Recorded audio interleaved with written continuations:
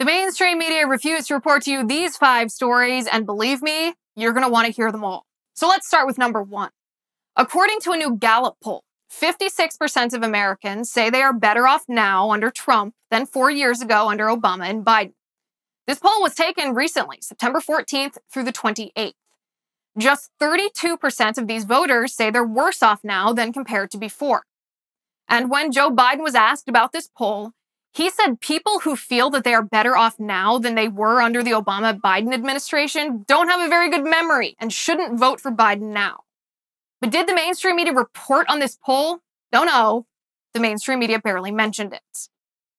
Ultra-liberal pundit Keith Olbermann aired a maniacal rant claiming, and I quote, "Trump must be expunged, and his enablers, the Bill Barrs and Mike Lees and Amy Coney Barrett's, must be prosecuted and convicted and removed from society."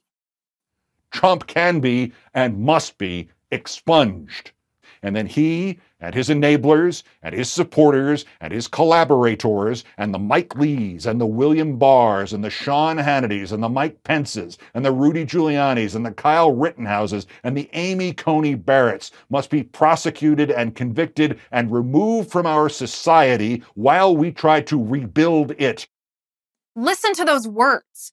Expunged, removed from society. Those are violent words.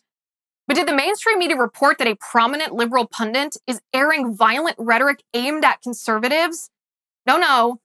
The mainstream media doesn't care about political violence as long as it is aimed at conservatives. Rioters in Portland, Oregon knocked over a statue of Abe Lincoln. Take a look at this.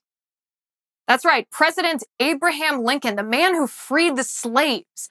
These radical leftists toppled a statue of Abe Lincoln, for goodness sake. So please don't tell me that this unrest in the streets was ever just about Confederate statues. No. Confederate statues were just the vanguard. These radical leftists want the total destruction of America, including tearing down Abe Lincoln of all people. But did the mainstream media report on this anti-American vandalism? Nope. The mainstream media doesn't care. A new report claimed that 88 of Judge Amy Coney Barrett's faculty colleagues at Notre Dame signed a letter saying that she should withdraw from her nomination to be a Supreme Court justice. Did the mainstream media report that? Oh yes, the mainstream media reported that.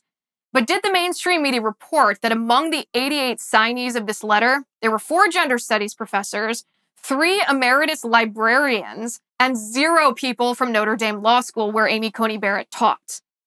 Nope. The mainstream media conveniently ignored that detail. Public schools in the city of Alexandria, Virginia are mandating that all instruction be virtual for this fall, which contradicts the science regarding children and COVID-19, and also contradicts the empirical evidence that shows that children are not significant vectors of the virus, and the rate of staff contracting COVID-19 is similar, whether classes are taught in person or virtually. But that's not even the real story here.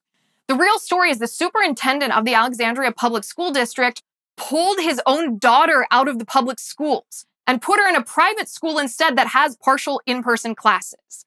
Just in case you were wondering whether the school closures are scientific or political. But did the mainstream media report on this story? No. The mainstream media was silent.